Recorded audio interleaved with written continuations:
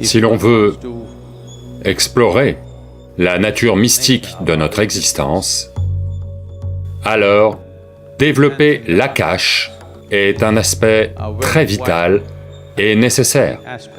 Une fois qu'il y a une certaine maîtrise des 5 éléments, on s'aperçoit qu'il n'y a pas de différence entre ce qui est intérieur et ce qui est extérieur.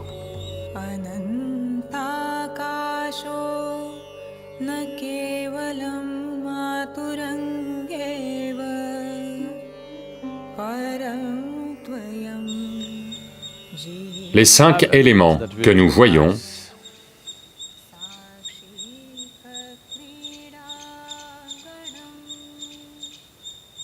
comme les ingrédients de base de la vie, cette magie élémentaire, je l'appelle magie élémentaire parce que, avec seulement 5 choses,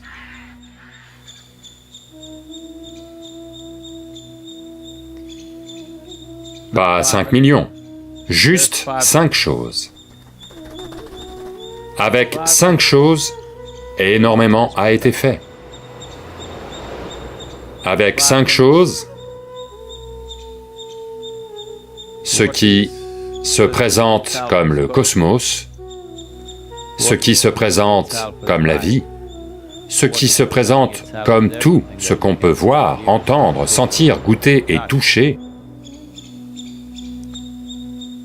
est bien au-delà des permutations et des combinaisons auxquelles on peut penser.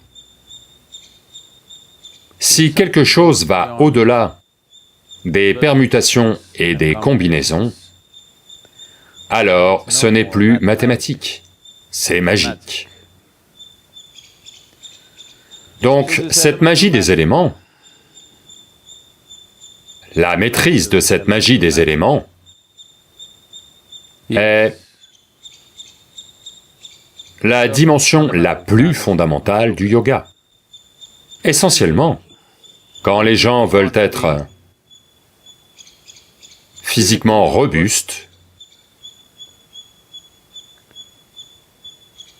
alors la terre est importante. Mais pour celui qui est sur le chemin spirituel, celui qui veut percevoir, la chose la plus importante est l'Akash. Pourquoi l'Akash devient le plus important? C'est parce que, dans la fabrication de cette forme humaine, 72% d'eau, 12% de terre, 6% d'air, 4% de feu sont largement déterminés. Le reste est l'Akash. Quand on dit le reste, on ne veut pas dire 6%, on dit le reste. Maintenant, si vous augmentez la proportion d'Akash dans le système, si vous augmentez la proportion d'Akash dans le paysage plus large de ce que nous sommes, alors notre capacité à percevoir est formidablement améliorée.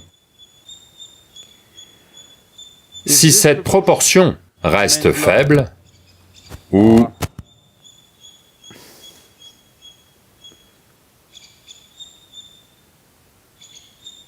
que l'Akash est à son minimum dans la constitution de quelqu'un, alors sa capacité à percevoir sera très minime. Même s'ils ont un très grand intellect, cet intellect va s'alimenter de choses banales. Il ne pourra jamais s'élever pour percevoir quelque chose de plus que ça. Donc, dans ce contexte, un aspect important du progrès spirituel, un aspect important de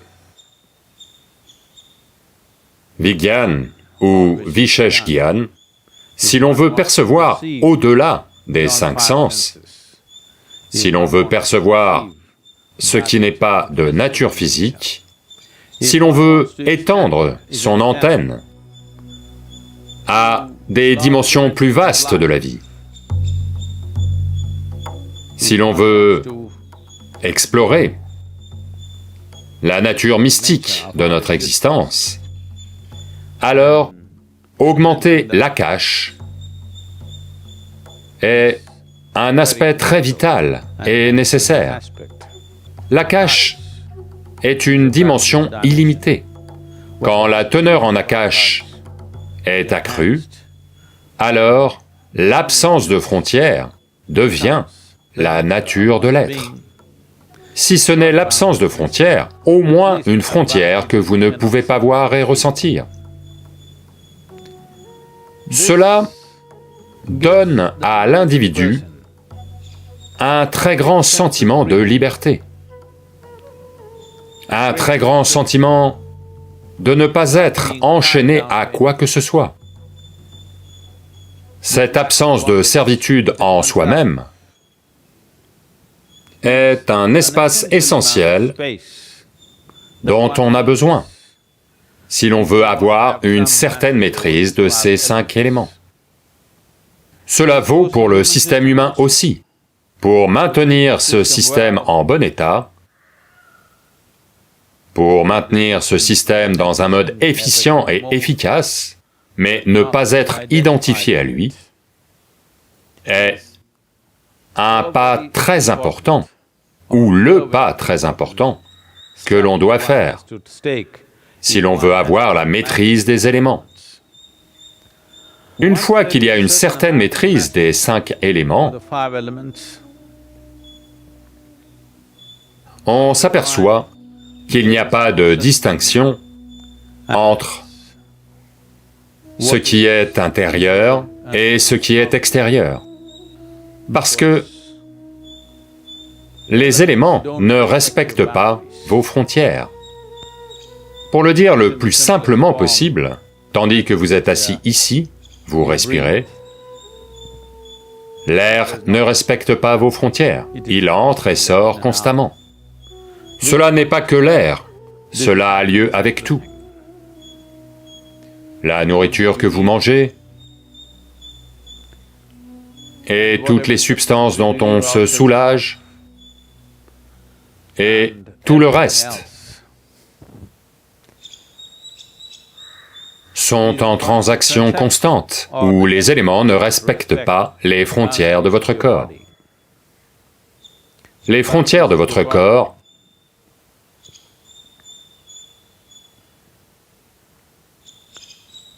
ne sont que pour votre confort psychologique. Mais les 5 éléments n'ont aucun respect pour ça. Et ils interagissent de toute façon sans votre permission. Donc si vous commencez à accéder à l'expérience de la nature des éléments, alors vous perdez aussi les frontières de votre corps. Ou en d'autres termes, vous avez sacrifié votre intimité. Parce que l'intimité n'existe pas, parce que vous savez que tout s'infiltre et que tout s'exfiltre constamment.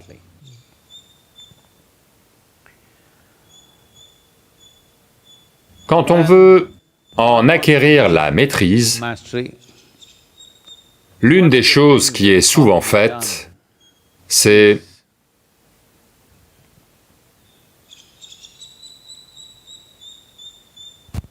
ceux d'entre vous qui sont en Amérique ou n'importe où ailleurs dans le monde en ce moment, y compris en Inde, n'essayez pas de faire ça. Vous verrez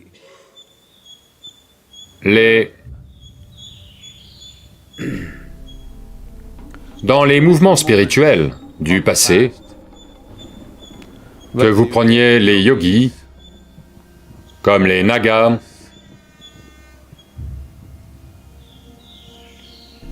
ou les Goraknathi, ou les Jains, l'une des choses qu'ils font au niveau de base de la sadhana, c'est que la première chose, c'est de s'exposer aux éléments. parce qu'ils veulent que la transaction ait lieu librement. Comme aujourd'hui, se promener nu dans le monde n'est pas une possibilité, bien qu'en Inde ce soit toujours pratiqué, vous en verrez des milliers marcher nus, sans se soucier des normes sociales. Ce n'est pas une possibilité pour vous tous. Donc, une chose simple que vous pouvez faire, c'est de passer à des vêtements plus amples. Eh bien, vous n'aurez peut-être pas l'air bien formé, mais vous n'avez pas de forme dans le paysage élémentaire. C'est une transaction constante. Pour faciliter cela, pour être capable d'être conscient de cela, une chose importante, c'est que il y ait un peu d'espace entre votre corps et ce que vous portez. Que ce ne soit pas des vêtements moulants. Ceci est un pas que l'on peut faire pour... Si vous prêtez attention, vous verrez qu'au-delà de cette respiration, tout un tas de transactions ont lieu constamment, dans tout le corps. Si l'on prête assez d'attention à cette transaction, alors on va aussi lentement comprendre la nature et la composition des éléments en nous. Ensuite, développer une dimension où augmenter la cache dans le système via une pratique appropriée devient une possibilité. Et bien sûr, une fois que je dis ça, la première question c'est « Sadhguru, quelle est cette pratique ?» La pratique ne vient pas en premier, l'attention vient en premier. Via l'attention, si l'on sait qu'il y a une transaction, pas via l'intellect, mais via l'attention, si l'on sait qu'il y a une transaction,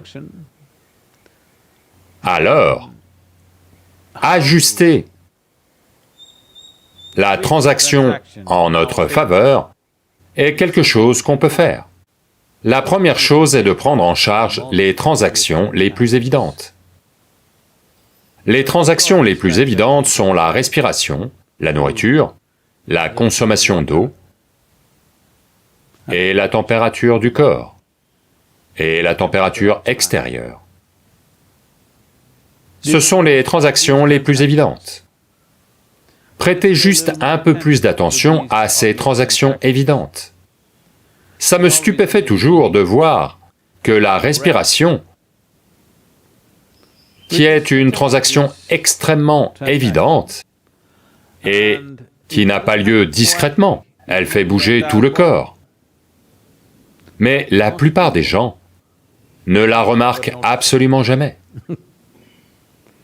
Si vous ne pouvez pas remarquer votre respiration, comment remarquer quoi que ce soit de plus subtil que ça? Parce que la respiration est une activité bruyante, elle a lieu.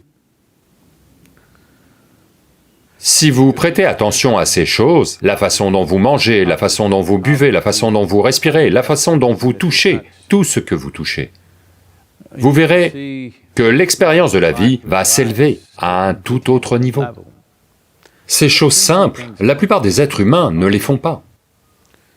Ils engloutissent ce qu'ils mangent et boivent. Ils respirent complètement inconsciemment. Ils touchent tout et n'importe quoi, sans savoir ce qu'ils touchent ou sans le ressentir. En grande partie, ça a lieu comme ça pour la plupart des gens. Si vous rendez cela plus conscient, si vous... Je ne vais même pas utiliser le mot conscience parce que il signifie des tas de choses pour des tas de gens. Si vous y êtes plus attentif, si vous êtes bien plus attentif à ces choses, alors, sans rien ralentir, c'est important. Parce que les gens pensent que quand vous respirez, vous ne devez rien faire d'autre, vous devez juste respirer.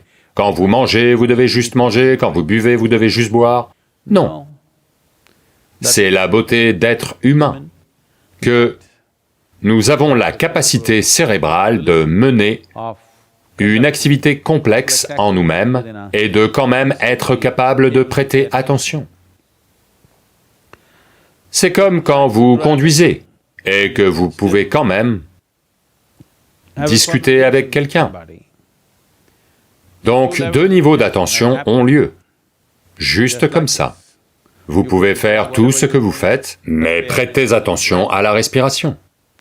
La respiration est une chose qui a toujours lieu, donc vous pouvez prêter attention à cela. Vous pouvez aussi prêter attention à la nourriture que vous mangez et à l'eau que vous buvez. Ne faites pas ça tout le temps.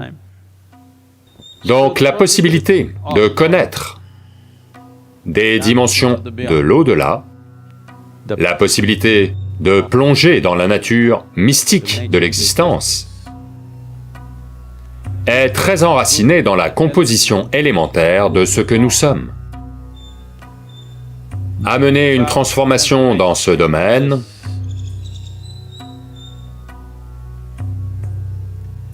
peut vous faire des choses fantastiques. Mais il faut aussi comprendre que les choses fantastiques peuvent aussi retourner votre vie. Cela est la nature des choses fantastiques.